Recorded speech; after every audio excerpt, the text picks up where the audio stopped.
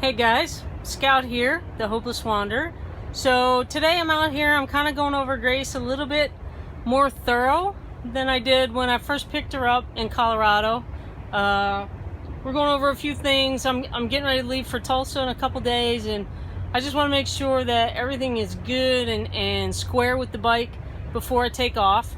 Now, coming back from Colorado, I'd had a couple instances where I had an issue with the negative battery terminal backing out and causing the volts on the bike to drop below 10.5 where it wouldn't start. Now, luckily, both times it did it, I was stopping for the night. The first time it did, I was in Tupelo, Mississippi, and Bill Peterson was able to help me out. A couple texts back and forth. We got it figured out, and I was able to fix it. So the second time it did it, I was able to go right to the source of the problem and get it figured out, and it wasn't an issue.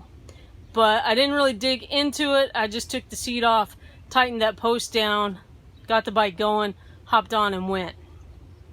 Now that I'm looking into it a little bit deeper, I had bought a new battery a couple weeks ago, put it on the charger, let it just slow charge, not knowing how old this battery was.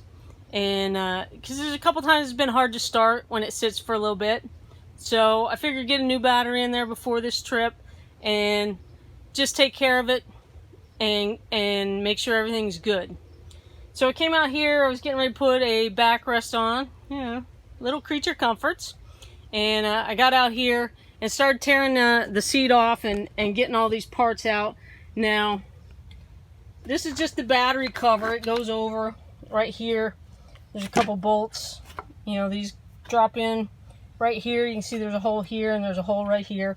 And that just unbolts, and then just one quick disconnect right there where that red one is. And I can pop that right off. Now when I got into here, the positive terminal, it looks good. It's dirty, but that's to be expected. But when I got to the negative terminal, you can see this thing has just been arcing away here. And here's the connections that were on there. You can see that's pretty well melted out, and the other one, it was just completely welded on to this bolt. This is the bolt that was in the battery. You see that's the rest of the connection right there. Battery's pretty well rusted up, which tells me that it's getting sparked pretty hard in there. Now I don't know if that's because the terminal was loose or if there's something going on with this wiring. This was for a set of extra lights that Bill had wired up here for when he does run for the wall. So I don't know if there was something going on, or excuse me, Brent, for when this was wired up for those extra lights. So I'm going to take all that off. I got me a new battery here that's been charged up nice and slow, and we're going to pull that out.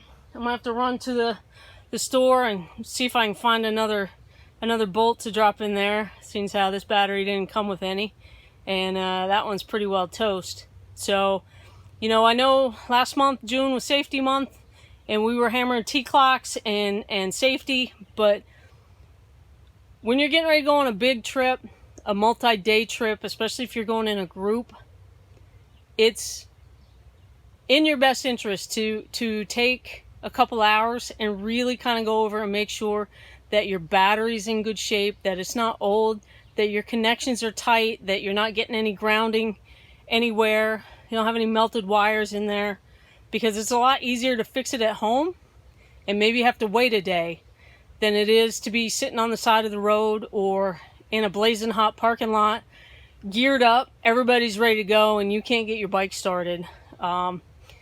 It's frustrating for them, but it's super frustrating if it's you, because nobody wants to be that person. So in addition to your TCLOCS, just take that a step further and check those electrics. Make sure you're not getting any, your L and your TCLOCS is lights, but make sure that you're not getting any wonky turn signal flashes or headlight dimming when you hit the starter on the bike. These are all signs that you might have an electrical issue going on somewhere. And I know some great mechanics out there, but a lot of them, when it comes to electronics, they're going to throw their hands in the air and say, nope, that's for someone else, because you'll definitely feel like a cat chasing your tail, trying to chase down where that short is, or where it's grounding out. And as hot as it is today, it's definitely hotter than Satan's pointy parts out here. As you can probably tell, I'm sweating like a dog. But it's better to chase that down today at the house than it is somewhere along the way and be stranded and at the mercy of whoever comes along. So that's my tip for today. If I find anything else that I think you guys might find interesting as I dig into this, I'll shoot another quick video and I'll post it up for you guys. But for now, I'm Scout. I'm out. Adventure on.